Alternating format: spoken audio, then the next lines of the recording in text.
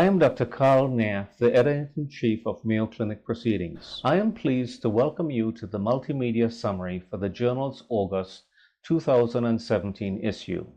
I have selected 4 articles this month for our editor's choice and our highlights. Our editor's choice is an original study regarding a potential new therapy for carpal tunnel syndrome. This study is authored by Dr. Young-Sang Woo and colleagues from the Department of Physical Medicine and Rehabilitation, the Tri-Service General Hospital, School of Medicine, National Defense Medical Center in Taiwan. Carpal tunnel syndrome arises from compression of the median nerve as the nerve passes through the carpal tunnel. Treatments range from splinting, analgesics, and local corticosteroid injections to surgical procedures.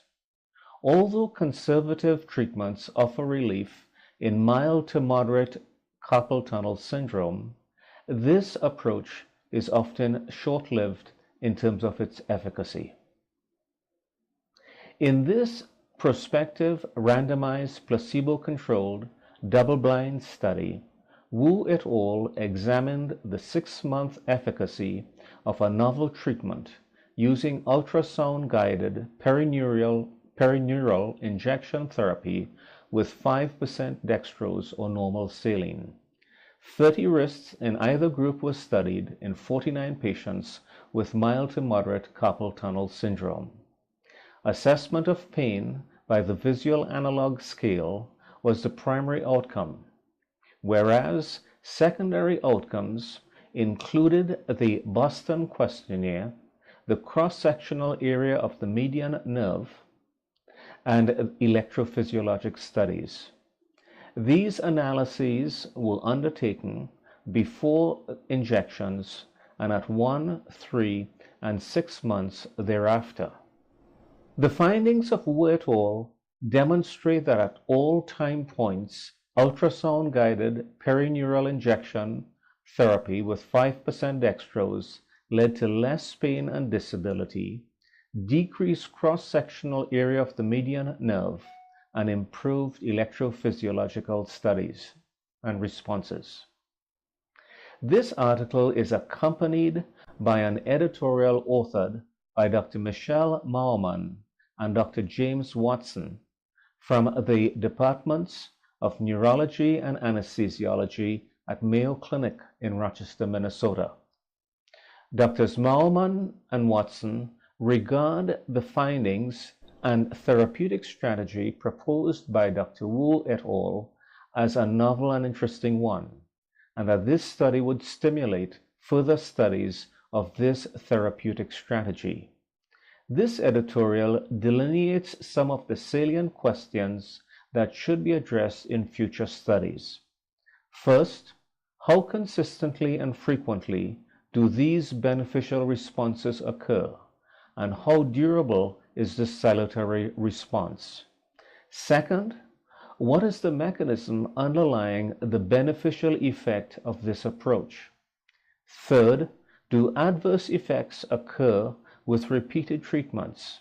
And fourth, how does this therapeutic approach compare with corticosteroid injections in terms of relative efficacy and safety? Our first highlight article in the August 2017 issue of the Proceedings is an original article authored by Dr. Setsuro Sugimoto and colleagues from the Department of Diabetes, Endocrinology, and Metabolism, Center Hospital, the Department of Clinical Study and Informatics, Center for Clinical Sciences, the National Center for Global Health and Medicine, and the Department of Public Health and Health Policy for the University of Tokyo, all located in Tokyo, Japan.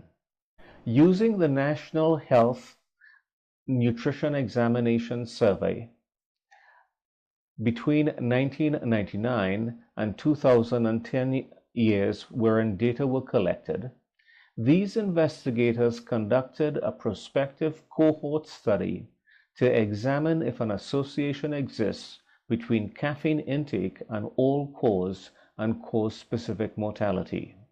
Their study included some 18,000 participants with a follow-up period of approximately 6.5 years. Caffeine intake was assessed by dietary recall. While coffee accounts for approximately 70% of caffeine intake in adults in the United States, other sources of caffeine include tea, various sodas, and chocolate-containing drinks. The daily amount of intake of caffeine was divided into 4 groups: less than 10 milligrams, 10 to 99 milligrams, 100 to 199 milligrams, and greater than 200 milligrams per day. Among the participants, approximately 70% consumed less than 200 milligrams of caffeine per day. Compared with those with a daily caffeine intake of less than 10 milligrams, unadjusted hazard ratios for all-cause mortality were significantly lower in the participants with a daily caffeine intake of 10 to 99 milligrams, 100 to 199 milligrams, and those with greater than 200 milligrams per day. The same inverse associations were observed after multivariate adjustment. The authors thus conclude that moderate caffeine intake was associated with a decreased risk of all-cause mortality, especially non-cardiovascular mortality, regardless of the presence or absence of coffee consumption. The second highlight article in this month's issue is a brief report authored by Dr. Jasmine Marcelin and colleagues from the Division of Infectious Diseases, the Department of Internal Medicine, the Division of Biomedical Statistics and Informatics, the Department of Health Sciences Research, and the College of Medicine and Science at Mayo Clinic in Rochester, Minnesota. This study centered on the incidence of non-purulent lower extremity cellulitis, a common skin condition and soft tissue infection most commonly caused by beta-hemolytic streptococci and Staphylococcus aureus. Such incidence may be predicted to increase because of the recognized increase in the prevalence of community-acquired methicillin-resistant Staphylococcus aureus infection ranging from 11% to 33% between the years of 2000 and 2005 in Minnesota. To address this question, the authors conducted a retrospective population-based study in Olmsted County, Rochester, Minnesota, among adults residents with non-purulent lower extremity cellulitis diagnosed between January and December in 2013. The study employed medical records accessed from the Rochester Epidemiology Project, a medical record linkage system for all county-based medical facilities. 1,867 records were initially identified as potential non-purulent lower extremity cellulitis episodes based on diagnostic codes. Of these, 195 individuals met the definition for incident cases of non-purulent lower extremity cellulitis. Most patients were white males and were diagnosed in the outpatient setting. All patients presented with erythema and received antibiotics.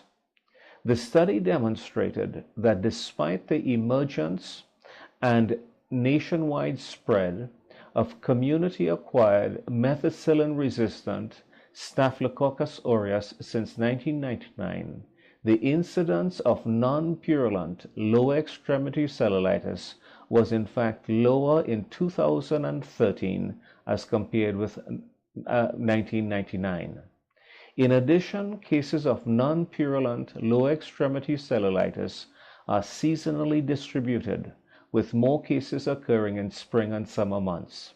Thus, the authors conclude that revised clinical recommendations for empiric treatment and risk factor modification to prevent non-purulent lower extremity cellulitis should be considered, and they also suggest that empiric coverage of community-acquired methicillin-resistant Staphylococcus aureus may be entirely unnecessary. The third highlight in this month's issue is a review article authored by Dr.